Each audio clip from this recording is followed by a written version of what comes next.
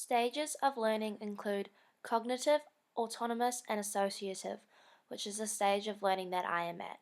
Stages of learning are used to show how good you are at a certain skill and are used to explain the skill level of each individual for their chosen skill, which helps the individual's performance with knowing where they are at, and it helps them to set goals of what they want to improve and where they want to be. Knowing which level you are at helps you to work on your chosen skill, as if you are at a cognitive level, then you need quite a lot of work compared to if you are at an autonomous stage of learning. Then you know there is not much that you need to work on and improve. I am at an associate stage of learning for my pre-test video, as I have done volleyball previously and know how to execute the skills, but cannot always do them perfectly. I continue to stay at the associative stage of learning from my pre-test video to my post-test video, as I had improved to be more confident and consistent, but not enough to be at an autonomous stage of learning. When you are at the cognitive stage of learning, you are at the beginner level of the skill and cannot perform the skill very well or cannot perform the skill at all. You also have very little knowledge of the skill and how to execute it. You can also improve heaps after learning and practicing the skill. When you are at the associative stage of learning, you are at the medium level of performance for that skill, and you know how to perform the skill but cannot always do it perfectly all of the time. And you have more knowledge of the skill and how to complete it, and you still have room for improvement. When you are at the autonomous stage of learning, you are at a high level of skill performance for that skill. You can also perform the skill at a very high level and do it constantly at that level and can do it with ease. When training, while practicing my skill, I used whole learning and whole part whole learning. I first used whole part whole learning as we did our skill of the dig, and then we got feedback on particular parts of the skill that we needed to improve on, and worked on them, and then we did the skill again to see if we had improved. This was beneficial. It helped to explain the skill more and helped us to improve more. I then also did the whole learning training. This is when we continuously went over the particular skill, which was a dig. It was beneficial as I got a lot of practice on my skill. I could only do this for a short amount of time as it started to become boring. I also used mass training by passing back and forth to a partner, practicing on executing the pass so that we did not have to move far when passing the ball. We did this for about 20 passes each to get used to passing well and to improve our accuracy.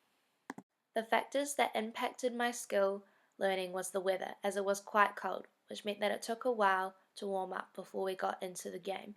Then the lesson was over, just as you had warmed up. A thing that impacted my skill learning in a positive way was the faculties, as we were lucky enough to have high-level equipment at our school. When doing a volleyball dig, you use many muscular systems. The lower muscles include the hamstring and quadricep, gastrocnemius, and tibialis anterior.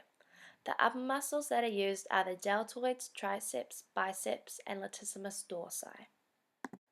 When doing a volleyball dig, you'll set your feet shoulder width apart with one slightly in front of the other. Then you flex your knees, which are hinge joints. The flexing of your knees into a slightly low squat position uses your hamstring as agonist and quadriceps as antagonist. Agonist is the muscle that contracts during the movement, and antagonist is the muscle that relaxes and lengthens during the movement. To stay upright in this movement, you flex your hip, which is a ball and socket joint. The flexion of the hip involves the quadriceps agonist and the hamstrings as antagonists. When moving your arms to hit the ball, it requires a extension of your elbow and wrist joints and slight rotation of your shoulder. The movement of elbow extension uses the bicep as antagonist and the triceps as agonist. And wrist extension uses the wrist extendor agonist and the wrist flexor antagonist. When you rotate your shoulder slightly, you use the anterior deltoid as agonist and the posterior deltoid as antagonist. Balance and stability has three parts to it. The first part is center of gravity. This is the middle part of the object's gravity. The second part is base of support. This is where both my feet are planted on the ground to make me balance. For my skill, my base of support is large, as both of my feet are planted on the ground, showing that I am balanced. The last part of balance and stability is line of gravity. This is the line that goes through the center of gravity to connect to the ground of the base and support. When this is used in my skill as a line of gravity goes straight down the middle of my body through the center of gravity and connecting with the base of support, showing that I am stable and balanced. Force summation is the act of achieving maximum velocity or force by transferring momentum through the successive movement of body parts. Force summation has 6 parts to it. That includes bigger to smaller muscles. This is when we use stronger and larger muscles are moved first, followed by the smaller and faster muscles, so that the force and power remains even throughout the movement. The second part is correct sequence. This is when we accelerate each body part so that the optimum momentum passes from one body part to the next. The third part is over a long period of time. This is when we use as many body parts as possible so that the force can be applied over the maximum possible time. The fourth is the direction of the force. This is when we ensure all forces are directed towards the target to create maximum force. The fifth part is follow through the movement. Follow through is important to prevent de-acceleration of the last segment and safe dispatching of the force. The last part is stable base. This is when each body part should be stable so that the next body part accelerates around a stable base to transfer the momentum. Projectile motion has 3 principles. The first principle is angle of release. The optimum angle is 45 degrees parallel to the ground. This is used to ensure accuracy towards a target, but the angle may slightly change depending on where I will need to pass to make it easier for the setter. The second principle is speed of release. This applies to my skill when you need the object to go further and faster towards the target. The last principle is height of release. This is how to release the object at the correct height to reach the target in the most efficient way. The factors that affect projectile motion are gravity and air resistance while the object is moving towards the target. In my pre-test, I did not follow through the movement as I did not fully extend my legs, so I did not get the full amount of force from my legs that I would have transferred into my pass. This means that I was moving my arms and my upper body instead of my legs. I was also leaning forward too far, so that I had to extend my hip joint and move my feet forward towards the ball so that I did not have to lean forward as much.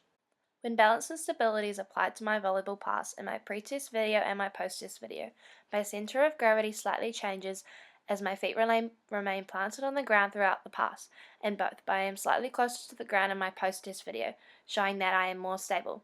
My base of support is also quite wide, so that means I can remain balanced throughout the pass to ensure an accurate release. My line of gravity also goes through my center of gravity and touches my base of support, showing that I am stable in both my pre-test and post-test. When applying projectile motion in my pre-test and post-test, the first part is optimum angle of release. The optimum angle is approximately 45 degrees parallel to the ground, but this may change depending on where the setter is as you have to pass to them, so the angle may change. So for my pre-test, I had an angle of just over 45 degrees as I was passing straight forward, but in my post-test video I was passing at a 45-degree angle parallel to the ground, as I was passing with more accuracy to my partner. The second part is speed of release. This will change on how far you will need to pass the ball and how much power you want behind the ball, and how much speed and power is behind the ball to start with. I only had a small amount of speed as I was only passing to a close partner in my pre-test, but in a game situation you would want more speed behind the ball. The last part is height of release. This would also change depending on how far away the setter is, so you would have to change the amount of force behind the pass to make the most efficient pass. Knowing how the ball will act in the air with forces such as gravity and air resistance means that I can understand approximately where the ball will land if I hit the release with a certain speed. If I extend my legs and my hips up faster, then the ball will travel further. If I extend my upwards slower, then the ball's projectile will not be as high because there is not as much force behind it. The green line represents what will happen and where the ball will go if I apply projectile motion correctly with all the 3 principles. All the other colors represent where the ball will go if I do not apply all the principles of projectile motion to my pass. Applying force summation to my pre-test and post-test video remains the same. I used bigger to smaller muscles so that force and power remains even throughout the movement. First is the trunk, including the abdominals, then quadriceps and hamstrings, as well as anterior and posterior deltoids for bigger to smaller muscles. I first had to flex my knees and hips, then extend down my arms so when making contact with the ball, I could extend my legs and arms out to put maximum force behind the ball. Correct sequence is accelerating each body part so that optimum momentum passes from one body part to the next. I use this in both my pre-test and post-test videos as I flexed my knees and hips to lower my body and then extended my arms as I made contact with the ball. I extended my legs, which pushed the ball upwards by creating its force. I did not extend my legs much in my pre-test video, but I improved to provide more power from my legs in my post-test video. Next is over a long period of time. This is used in my pre-test and post-test videos as I try to use all my body parts needed so that the force can be applied over the maximum possible time. I use the direction of force in my pre-test and post-test videos as well as I placed my arms in the right direction to ensure all forces were directed towards the target to create maximum force. Follow through the movement is also an important part of force summation. As in my pre-test and post-test videos, I continued with extension at the knee joint, which is a hinge joint, and following through the movement of my arms to ensure to prevent deceleration of the lasting of my skill and safe dispatching of the force. The last part of force summation is stable base, which is applied and seen in my pre-test and post-test videos as my feet are wide and I have low center of gravity. Stable base helps with the development and execution of my skill, as each body part should be stable so that the next body part accelerates around a stable base to transfer momentum. In my post-test, I am not fully following through the movement in this video by not fully extending my legs, but I know that I do it occasionally in game situations, so if I was doing this assessment again, I would make sure that I do it constantly. But the follow through the movement part of force summation has made me be aware of this area and has helped me to improve my skill. Some shortcomings and limitations of my skill that I found after assessing my pre-test video was that during my pass/dig my feet are close together and side by side. I could improve my base of support of my dig/pass by using balance and stability and widening my feet by placing my feet further apart and placing one foot slightly in front of the other. This applies to balance and stability as base of support would be wider, therefore making my center of gravity more central and making my line of gravity go through my center of gravity to my base of support. After looking at my post-test video, you can see that I have improved in this area. My goals to improve in my skill after assessing my pre-test video was to improve my angular release, which applies to projectile motion so that I can have precision in each pass that I make and be confident that it's going to go in the angle that I want it to. I also want to improve my height of release. It is not always accurate and I would like it to be more consistent. This applies to projectile motion as well. I can improve my height of release by knowing where the setter is and changing the amount of force that I have to use to pass to them. When looking at my post-test video, you can see that I have improved in these areas as my passes are making it in the correct direction that I want them to, and my height of release has also improved as I make it easier for my partner to pass the ball back to me with ease. While doing a dig, the eccentric movement occurred in my quadriceps and moved down when I flexed my knees and my hip. The concentric movement occurred in my quadriceps as I was extending my knees and pushing myself upwards towards the ball. The sports psychology factors that I used was self-talk, confidence, and visualization. I used self-talk as I was quite nervous when we played volleyball games within our class, so I used positive self-talk to boost my confidence as I knew that I knew how to form the skills. I also use concentration as I am at the associative stage of learning and still need to concentrate and focus a bit on the skill that I am doing to execute it with accuracy. This helped as I could focus on doing the steps of the skill accurately. I also used visualization to help me know what I wanted to achieve when executing my skill by picturing the skill in my mind and visually seeing how I am going to do the skill.